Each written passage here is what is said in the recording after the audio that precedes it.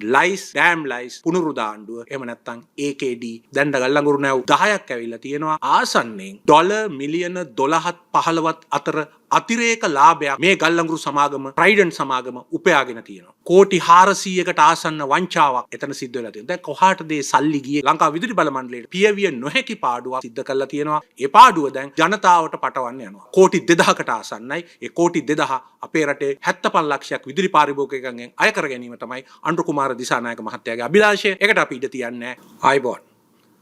තාමත් ගල්ලංගුරු වංචාව පිළිබඳ කාරණය සම්බන්ධයෙන් ආණ්ඩුව ජනතාවගේ අසට වැලි ගසමින් ඉන්නවා. ඕන් ප්‍රකාශ කරන කාරණයක් තමයි පළවෙනි නැව ඇරෙන්න අනික් නැව වලින් වංචාවක් සිද්ධ වෙලා නැහැ කියලා. මේක අමූලික බොරුවක්. මොකද විශේෂයෙන්ම ආණ්ඩුවේ ලංකා කෝල් සමාගමේ පර්යේෂණාගාර වලින් නිකුත් කරන වාර්තා පිළිබඳව විශේෂයෙන්ම කොටෙක් නායතනයේ වාර්තා පිළිබඳව දැන් ඉතාමත්ම සැක පහළ වෙලා තියෙනවා. මොකද යම්කිසි තැනකින් අපි සාම්පලයක් අරගෙන අපිට කරන්න පුළුවන් සත්‍ය තොරතුරු ලබා දීම නෙවෙයි සත්‍ය තොරතුරු පිළිබඳ යම්කිසි පුරෝකතනයක්. එහෙම නැත්නම් උපකල්පනයක් ඉදිරිපත් කිරීම පමණයි. දැන් මේ ආණ්ඩුව හා ඒ ආණ්ඩුවේ මාධ්‍ය ප්‍රකාශකවරු උත්සාහ කරනවා මෙන්න මේ උපකල්පනය මත ගමන් කරන්න. දැන් එහෙම අවශ්‍ය නැහැ. මොකද මේ නැව් වලින් අද වෙනකොට අතුම තරමින් නැව් 10ක් හෝ 9ක් මේ වෙනකොට පුලුස්සලා බලශක්තිය නිපදවල ඉවරයි. ඒ නිසා කොටෙක්නා සමාගමේ ව්‍යාජ ලේඛන මත පදනම් වීමේ කිසිම අවශ්‍යතාවයක් නැහැ. දැන් අපට තියෙනවා සත්‍ය අත්දැකීම්. ඒ සත්‍ය අත්දැකීම් පිළිබඳ පළවෙනි ගල්ලංගුරු නැව් 4 පිළිබඳව ලංකා විදුලි බල මණ්ඩලය පාර්ලිමේන්තුවට වාර්තාවක් ඉදිරිපත් කළා. ඊළඟට දෙවෙනි ගල්ලංගුරු නැව් 4ත් එක්ක ගල්ලංගුරු නැව් 8ක වාර්තා ඉදිරිපත් කළා. පළවෙනි ගල්ලංගුරු නැව් 4න් ඔය කියන ඊනියා දඩමුදල් අය කරගත්තට පස්සෙත් ආසන්න වශයෙන් මිලියන 1739ක් කෝටි 173ක පාඩුවක් මේ රට සිද්ධ කරලා තියෙනවා බලශක්ති ක්ෂේත්‍රය සිද්ධ කරනවා කියලා ඔප්පු කරලා ඉවරයි. ඒක නිසා තවදුරටත් කොටෙක්නා වාර්තා අපට අවශ්‍ය නැහැ. මොකද සත්‍ය තොරතුරු මතයි පදනම් වෙලා තියෙන්නේ. ගල්ලංගුරු නැව් 8ම ගත් කල ආසන්නෙන් පේන දෙයක් තමයි රුපියල් මිලියන 900ක් ඒ කියන්නේ කෝටි 90 ගානේ සෑම නැවකින්ම පාඩු වෙන බව.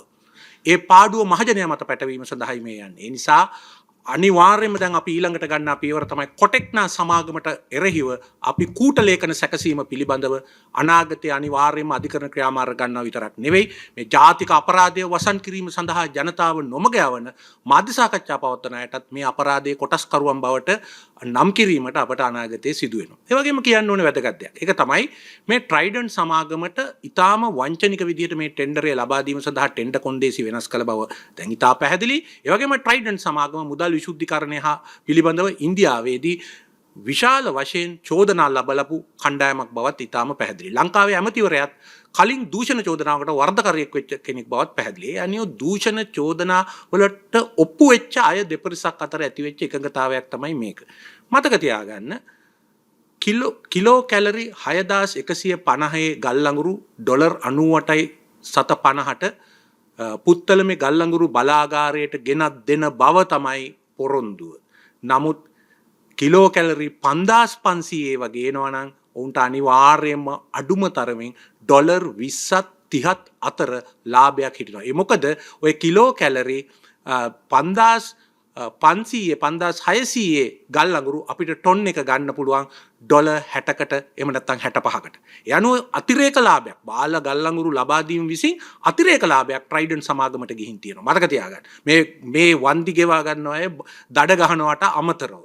එතකොට ඒ ලාභෙ කොහෙටද ගියේ? දැන් ගල්ලංගුරු නැව් 10ක් ඇවිල්ලා තියෙනවා ආසන්නෙන් ඩොලර් මිලියන 12ත් 15ත් අතර අතිරේක ලාභයක් මේ ගල්ලංගුරු සමාගම ට්‍රයිඩන්ට් සමාගම උපයාගෙන තියෙනවා.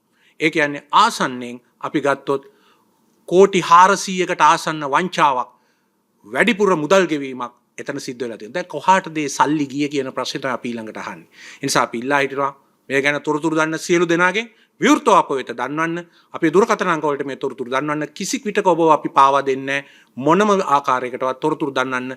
මේ ට්‍රයිඩන්ට් සමාගමේ රහසිගත ගිණුම් කොහෙද තියෙන්නේ? මේ ට්‍රයිඩන්ට් සමාගමත් එක්ක ගනුදෙනු කරන පුජ්‍යලින් හා පක්ෂවල රහසිගත ගිණුම් කොහෙද තියෙන්නේ කියන එක පිළිබඳව දන්නා තොරතුරු අපිට ලබා දෙන්න. අපිට දැනටමත් තොරතුරු ලැබෙමින් තියෙනවා. කෝටි 400කට අධික ප්‍රමාණයක අතිරේක ලාභයක් ලබාගෙන තියෙනවා. ඒ වගේම මේ දඩ මුදල් වලින් පියවිය නොහැකි පාඩුවක් ලංකා විදුලි බල මණ්ඩලයට සිද්ධ කරලා තියෙනවා.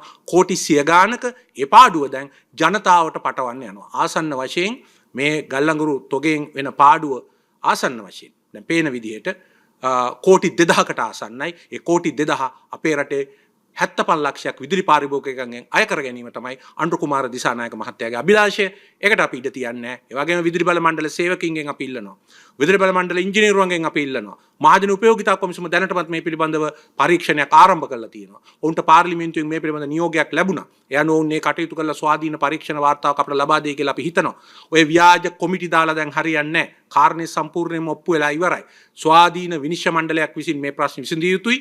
අපි දන්නවා මේ රටේ රහස් පොලිසියට පුළුවන් මිලියන 5කට වඩා වැඩි ගණදෙනු පිළිබඳ හොයන්න. අපි දන්නවා මේ අය මේ ආණ්ඩුවේ ගණදෙනු හොයන්න තරම් අපක්ෂපාතී රහස් පොලිසියක් අපිට නැහැ. කනගාටුයි කියන්නේ මේ රටේ ඊටාම බලගතු පනතක් සම්මත කරලා ලබා දුන්නා අල්ලස් දූෂණ කොමිසමට. අල්ලස් දූෂණ කොමිසම රුපියල් ලක්ෂ 2 කාරණා සඳහා නිලධාරීන් හඹා ගියාට කෝටි 100 200 වංචා කරපු ඊවීසා වංචකරුවන්ටවත් ගල්ලඟුරු වංචකරුවන්ටවත් ඒ වගේම වෙනත් වංචනිකයන්ටවත් කිසිම පියවරක් අරගෙන නැහැ මේ වෙනතන්. මහජන විශ්වාසය සම්පූර්ණයෙන් බිඳ වැටලා තියෙන නිසා අපි බලාපොරොත්තු වෙනවා අපක්ෂපාතී පරීක්ෂණයක් ස්වාධීනව පවත්වලා මේ පිළිබඳ තොරතුරු ජනතාවට ලබා දෙන්න. ඒ වගේම ලංකා විදුලි බල මණ්ඩලයේ සේවකයින්ගෙන් පලිගන්න හදනවා නම් මේ ආණ්ඩුව ඉංජිනේරුවන්ට මේ බර දාන්න හදනවා නම් අර අධ්‍යාපන මොඩියුල ප්‍රශ්නේදී ඉන්ටර්ඩික් කළා වගේ නැගී හිටින්න කියලා අපි ඉල්ලා හිටිනවා මේ දුෂ්ට ආණ්ඩුවට විරුද්ධව. මේ වෘත්තීය සමිති ජනතා විමුක්ති පෙරමුණේ අවුරුදු 30ක් ලංකා විදුලි බල මණ්ඩලයෙන් කෝටි 100කට වැඩිය ලබාගෙන තියෙනවා වෘත්තීය සමිති ගාස්තු හැටියට ලංකා විදුලි බල මණ්ඩලය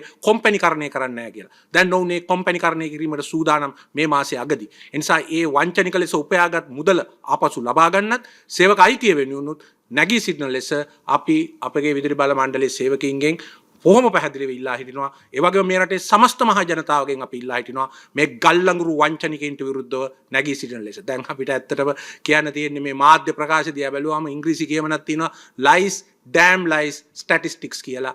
ඒ වගේ damn lies තමයි අපිට කිව්වේ දිට්ඨ කුණාටුව සම්බන්ධනු දත්ත තියනවා කිය දත්ත දුන්නේ නැහැ කිය. හැබැයි අපි දත්ත පෙන්වලා දුන්නාට පස්සේ දැන් කටවල් වැහිලා තියෙනවා. අනාගතේ ඒවා පිළිබඳව ක්‍රියාමාර්ග අපි ගන්නවා. ඒ වගේම ගල්ලඟුරු සම්බන්ධනොත් අර්ධ කතා කිය දත්ත විකෘති කරමින් යන ගමනක් තියෙන්නේ. ඒ නිසා මතක තියාගන්න අද මේ ආණ්ඩුව ගැන කියන්න තියෙන්නේ lies damn lies පුනරුදා ආණ්ඩුව. එහෙම නැත්නම් AKD කියන එක තමයි අපිට කියන්න තියෙන්නේ. asianmirror.lk